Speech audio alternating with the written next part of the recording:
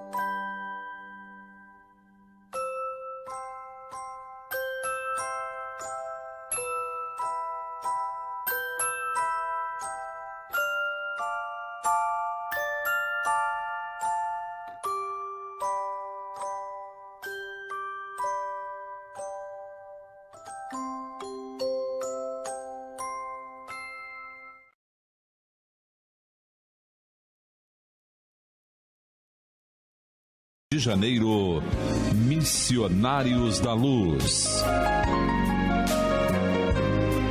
Produção e apresentação, Berenice Lima e Deusa Nogueira.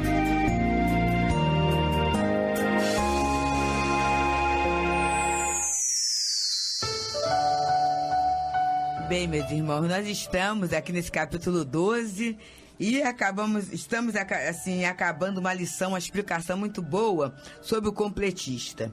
O irmão que não ouviu esse programa, a gente vai só falar uma definição trazida por Manassés. O completista, na qualidade de trabalhador leal e produtivo, pode escolher à vontade o corpo futuro, quando lhe apraz o regresso à crosta em missões de amor e iluminação, ou recebe veículo enobrecido para o prosseguimento das suas tarefas a caminho de círculos mais elevados de trabalho.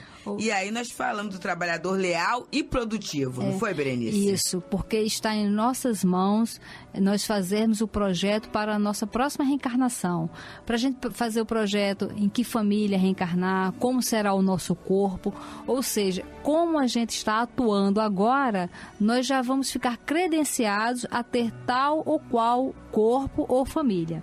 E ele está dizendo, quando somos trabalhadores leais e produtivos, nós podemos escolher o nosso corpo. Com certeza, isso é muito bom, né? Aí, semelhante notícia representava, então, para mim, André falando, valiosa revelação.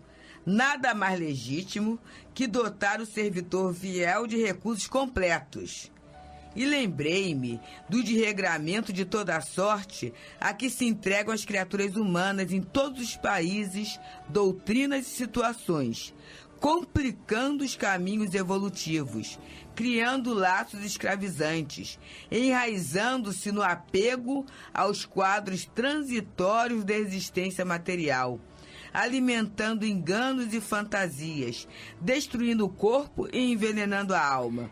E aí a gente tem que pensar se a gente se enquadra nessa situação aqui, né?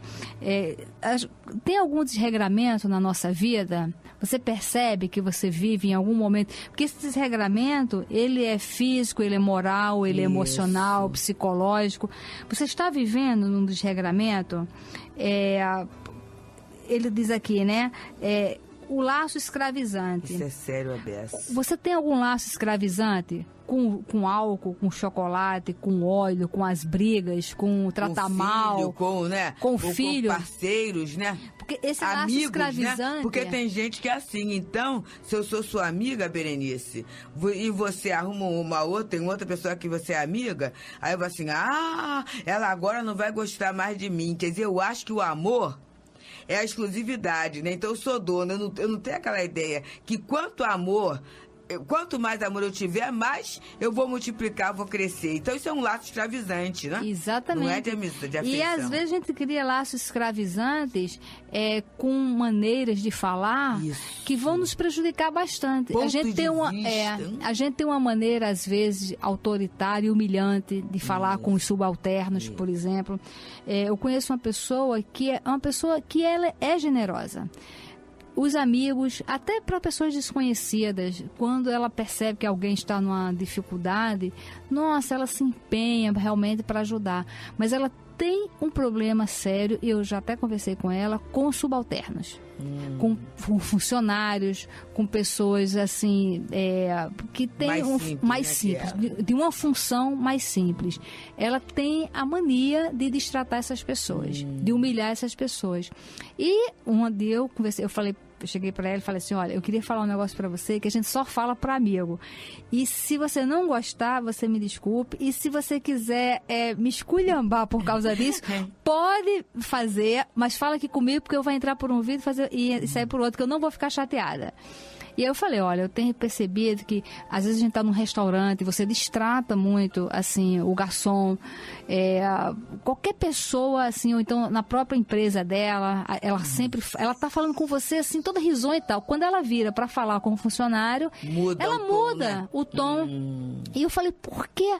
Ela, não é assim. Eu falei, é assim sim, porque não é a primeira vez que eu estou vendo. Mas por quê? Você tem noção por que você faz isso? Óbvio que ela discutiu comigo e ficou chateada comigo, mas depois eu liguei tanto, insisti tanto que o negócio voltou como era antes.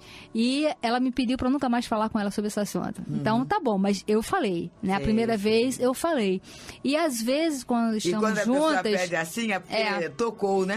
Porque exatamente. E quando estamos juntas, e às vezes estamos em algum restaurante e tal, às vezes quando ela vai às vezes, tipo assim, a comida demora, qualquer coisa, que ela vai distratar aquele garçom... Ela freia, né? Você sente que ela engole aquilo ali. Então, de alguma forma, aquilo ali... Contribuiu, né? Eu não sei se no passado ela foi um subalterno e registrou isso. Quando você falou, Berenice, é muito interessante, que a gente às vezes se prende, a gente é escravo de certas maneiras de ser, não é? Então, a gente num determinado momento, talvez numa encarnação, você aprendeu, só tem que tratar assim, para ser respeitado é colocar cada um no seu lugar, né? Isso. E aí, isso eu trago. Só que agora eu estou no novo momento da vida, não é? Exatamente. E vamos fazer essa reflexão. É o que a Joana chama de atavismos. É, isso. E vamos fazer... Eu tenho um laço escravizante, eu tenho alguma maneira que eu sou escravo daquela minha maneira, eu sou escravo da comida, Eu sou escravo da bebida, do supérfluo. Eu sou escrava da compulsão de comprar coisas. Eu sou escrava de criar tumulto na minha casa. De impor ideias, não é? Isso. Porque não. A conhecer a doutrina espírita. Então, fora do espiritismo não há salvação. E aí eu começo a pregar compulsoriamente. E aí, se o outro discorda de mim, eu já deixo pra lá, né? Quer dizer, essa questão de querer impor mesmo, né? Eu conheço uma pessoa que ela tem um laço escravizante de levantar questionamentos em conversas sadias. A gente tá assim, conversando. Menina, ela chega sorrateiramente, olha, mas ela chega assim, faceira. E aí, daqui a pouco, ela começa a falar, não, mas isso, o que você acha disso assim? Só que ela não impõe, ela não impõe, ela vai jogando. Minando. Daqui a pouco o negócio pega fogo... E ela fica só olhando de longe. Exato. Então ela não se compromete, mas cria o quê? Sempre uma animosidade. Exato. E aquele sem querer querendo, sabe? Isso. Olha, me desculpe, mas aí faz o negócio, Isso, sabe? Sabendo que está fazendo um negócio que está criando um mal-estar. E às vezes nós temos esses laços escravizantes e não prestamos atenção. E hoje é dia da gente pensar, como ele está falando aqui, eu tenho laço escravizante, eu estou me enraizando no apego aos quadros transitórios da existência material. É interessante, né? Que é a ilusão. Isso, eu alimento enganos e fantasias, Isso. Porque olha só, sou eu que alimento. Às vezes eu alimento uma fantasia que o outro não participa. Exato. E eu fico alimentando aquela fantasia e atormentando aquela outra pessoa, sabe? Uma situação horrível, alimentando enganos, destruindo o corpo e envenenando a alma. Ou seja, a gente tem que perguntar, eu me enquadro nisto aqui? Exato. E aí, o André pergunta, mas Manassés, recordando o cativeiro dos espíritos encarnados no plano da sensação, consola-nos saber que há um prêmio aos raríssimos homens que vivem na sublime arte do equilíbrio espiritual, mesmo na carne. São os completistas, né? Aí Manassés responde, sim, André. Por mais estranho que possa parecer, semelhantes exceções existem no mundo. Passam frequentemente para cá, entre os anônimos da crostra, sem fichas de propaganda terrestre, mas com imenso lastro de espiritualidade superior. São os anônimos. Gente, que lição pra gente, né? E às vezes esse anônimo, ele está disfarçado e a gente olha e não percebe. Muitas vezes são dos invisíveis pra gente, que a gente não tem o hábito de prestar atenção naquela pessoa, de prestar atenção na conversa daquelas pessoas, porque muitas vezes nós julgamos aquela pessoa inferior. Isso, não tem nada para dar. Né? Exatamente. A pessoa não é intelectual. Isso. E a gente vai, e às vezes a gente fica focando a nossa vida na intelectualidade, e muitas vezes nós temos do nosso lado, dentro da nossa casa, às vezes, uma pessoa com um lastro espiritual e a gente não percebe. Olha, você sabe, Berenice, tem uma experiência assim muito boa, o programa gravado, e no último dia, antes do 2 de novembro, foi dia 30 de outubro, nós tivemos no Leon Denis a prece dos desencarnados. E nessa prece, ao final da prece, nós tivemos algumas comunicações. E tivemos então de Dr. Erma, primeiro falando dos espíritos que viriam, a situação toda. Tivemos de uma criança, né, de um espírito que desencarnou jovenzinho.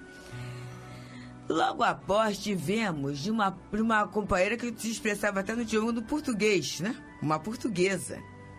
E ela fala assim, eu não sei, eu não entendo muito por que eu estou aqui, já que eu não sou de discursar. Mas ela falava do amor à vida, do agradecimento, falava de trabalho, né? E o nome final, Maria do Carmo.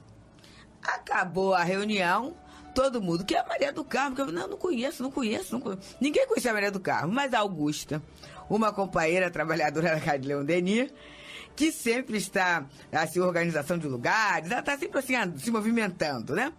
E ela falou assim, era a Dona Maria do Carmo da Cocada. Era uma companheira que todo dia de encontro, domingo, assim, ela ficava na porta do centro vendendo uma cocadinha que ela fazia. Mas era assim com muito capricho, sabe, o Berenice? Ela embalava direitinho no plástico, dividia de acordo com a qualidade, numa caixinha de isopor simples, mas tudo muito limpo mesmo. E ela colocava ali, cumprimentava a gente, né? Bom dia, ou então vá com Deus. Se você não comprasse a mesma coisa, vá com Deus, que tenha um bom domingo. E ela se relacionava com as pessoas assim. Teve gente que pediu a receita da cocada, ela deu e ela desencarnou há pouco tempo. E veio dar a mensagem. E aí a gente falou assim, olha só, gente, vamos analisar, além da mensagem, a lição que o plano espiritual deu pra gente. Que olha só, quantos companheiros com brilhantismo, né, que a gente conhece tudo. E naquele momento foi aquela companheira simples, né? A vendedora de cocada da porta do centro. Que muitas vezes ela é invisível. As pessoas entram e saem. Ela, né? E alguém pode até falar, não, tem uma pessoa que vende cocada. Mas tanto muitas que vezes... a gente nem sabia o nome. A Augusta... É que sabia o nome dela e a gente não sabia o nome.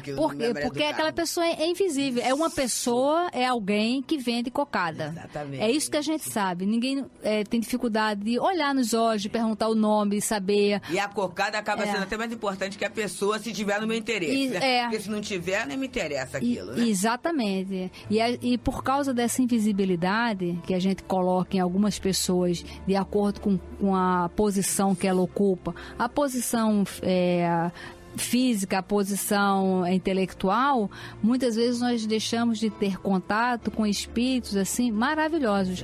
Porque uma vez eu vendo um estudo do Altivo, ele até falou que teve a época que ele falou que algumas pessoas lá da Malé, da assistência social, iriam dar passes.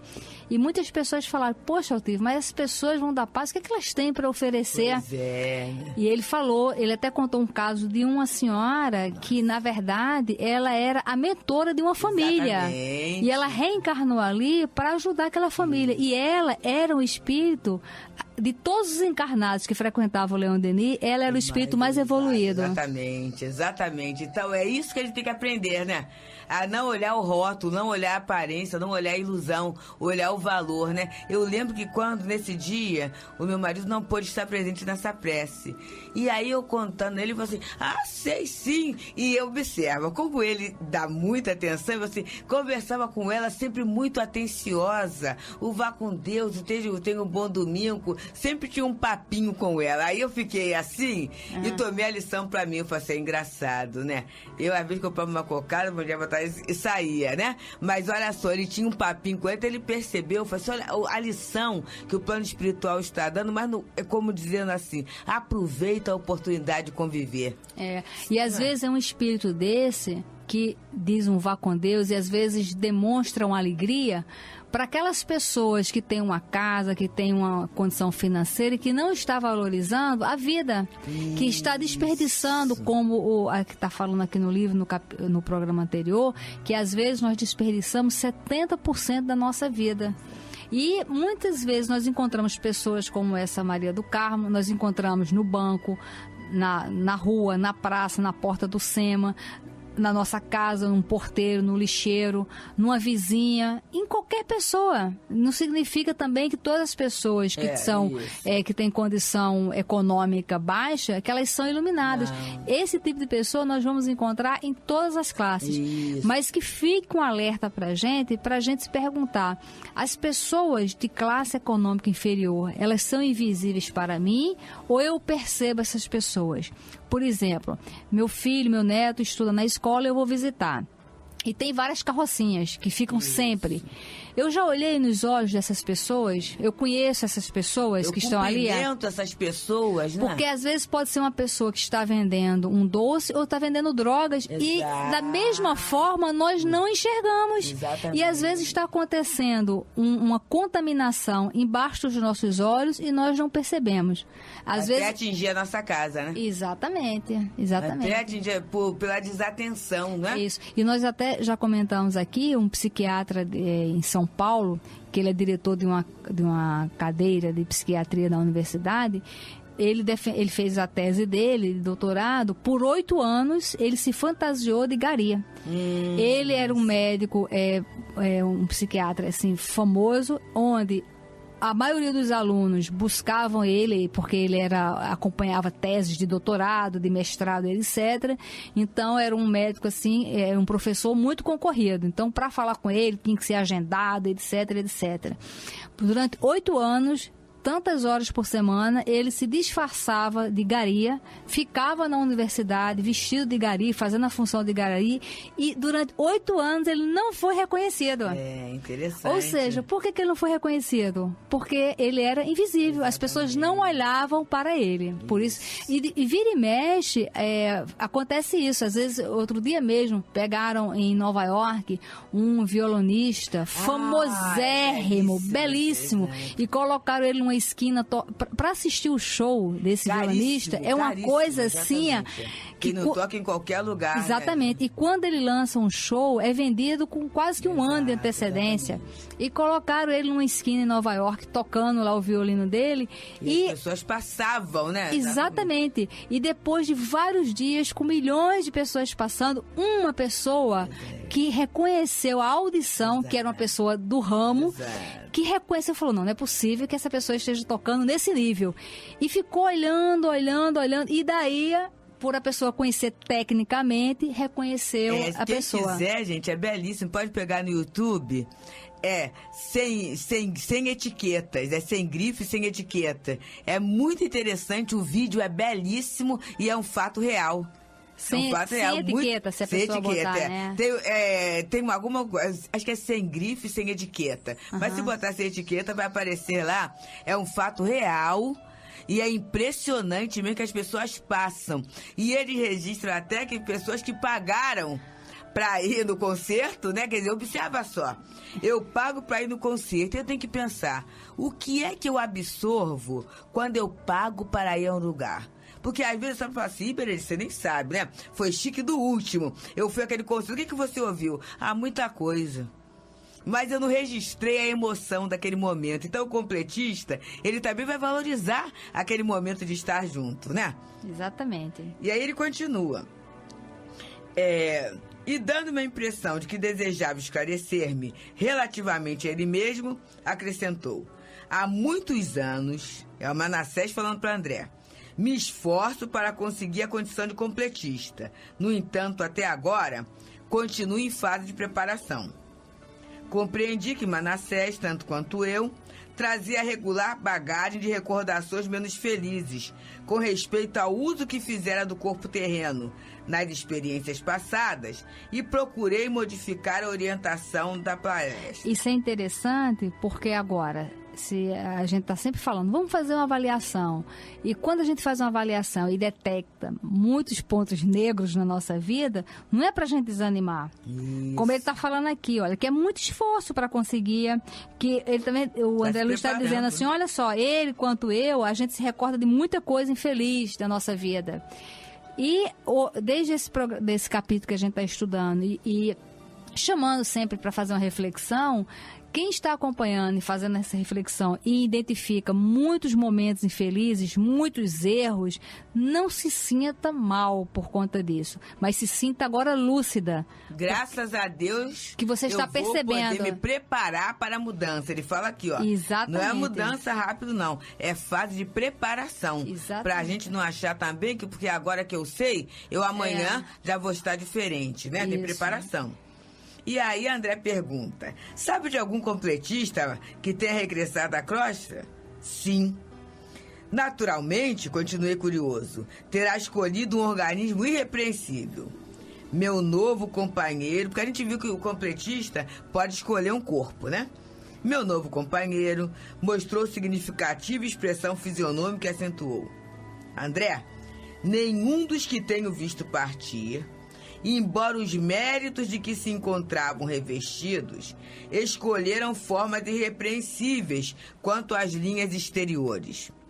Solicitaram providências em favor da existência sadia, preocupando-se com a resistência, equilíbrio, durabilidade e fortaleza do instrumento que os deveria servir. Mas pediram medidas tendentes a lhes atenuarem o magnetismo pessoal em caráter provisório, evitando-se-lhes a apresentação física muito primorosa, ocultando assim a beleza de suas almas para a eficiente garantia de suas tarefas. É interessante isso aí, porque se a gente fala assim, olha, gente, todos nós vamos agora, na próxima reencarnação, escolher o modelito do corpo. Exatamente. Imagina, a gente, olha, eu quero a boca da Angelina Jolie, eu quero o cabelo da Gisele Bündchen, eu quero o corpão de não sei quem, porque os nossos valores ainda são os valores da ilusão, da aparência, de querer ser algo, de querer ocupar uma posição pela aparência, pela beleza.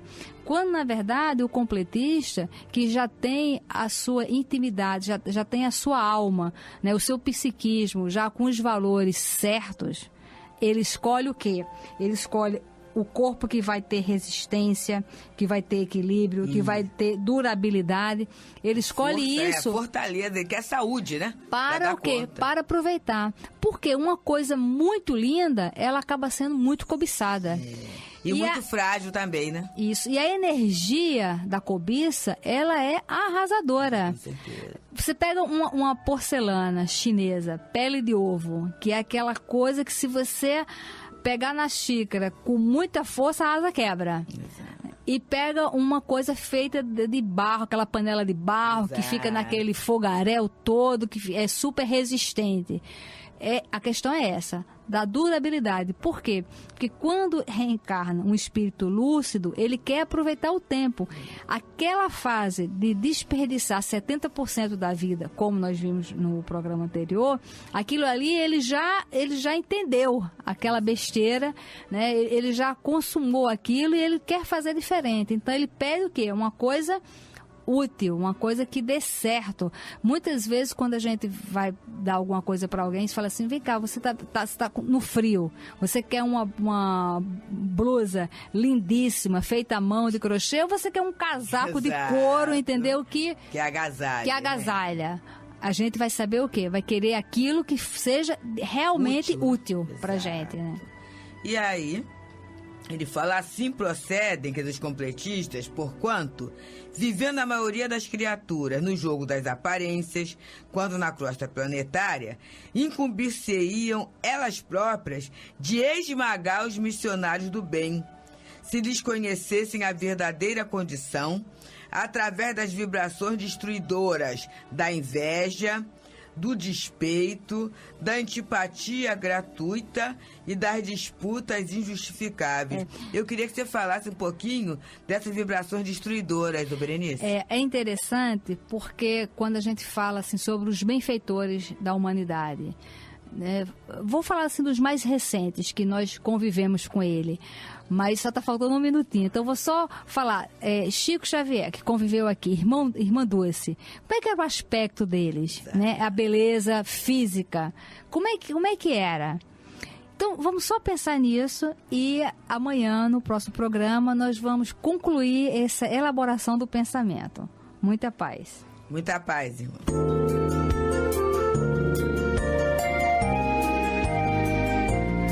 A Rádio Rio de Janeiro apresentou Missionários da Luz.